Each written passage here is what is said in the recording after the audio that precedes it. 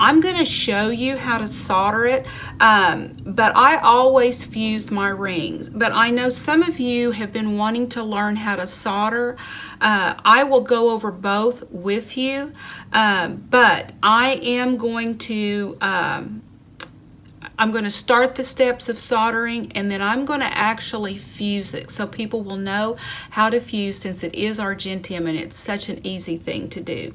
So I'm going to set up my soldering station, and then we're going to go from there. Okay, so we have our ring in the pickle. Now, in order to solder, I'm going to lay the ring seam down on the charcoal block. Now, I have hard argentium solder here, and I love to use the wire solder because I have just found it's more versatile to me. I never did like cutting the little sheets into tiny little snippets. It just seemed cumbersome to me. And I don't use it the way a lot of jewelers do the wire solder. A lot of times you'll see them have their flame and their torch and they'll touch it to it. I don't use it that way. But I can cut off the tiniest little snippets on this solder wire, and I can get tiny little snips of solder. But if you're concerned about them rolling, because if you leave them around, sometimes they do, just simply take your hammer and flatten that a little bit, and then you will have a nice little flat surface that you can snip little solder snips off, and they won't roll. Now, because this is such a thick, sorry, I keep dropping my towel. Because this is such a thick gauge metal, we're going to need quite a bit of solder.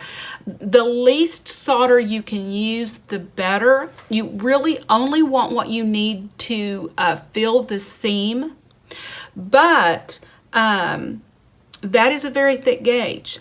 So what I'm going to do is I'm going to snip off.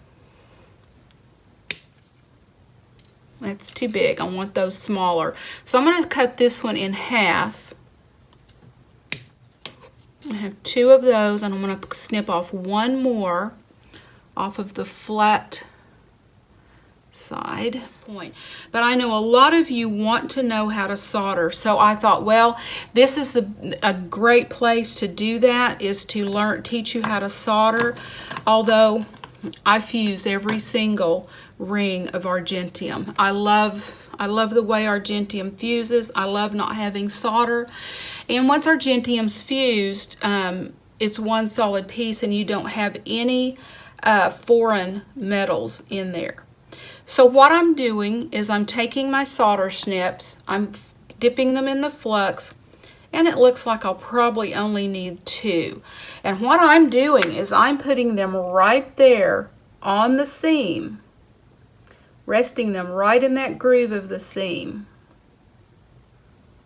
because we want solder to touch both sides. Now I am going to wick away a little bit because I don't want that solder bouncing around.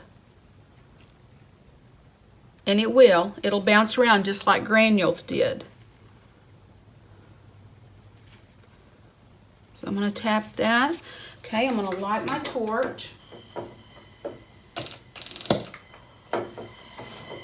And then I'm going to first of all, I'm just going to warm the entire ring. And come in and out. And then I'm just going to focus on that inside of that ring. It's the heat of the metal, not the flame, that will melt the solder. So I'm actually not even really putting the flame on the solder. I'm really just heating the ring. And I still love having this on a circular block or a circular little Lazy Susan thing, because that way I can move it around, turn it around. I'm going to go around and around. I'm going to heat the entire ring. I'm going to feather that back and forth. Again, remember, it's the heat of the ring, not the heat of the flame.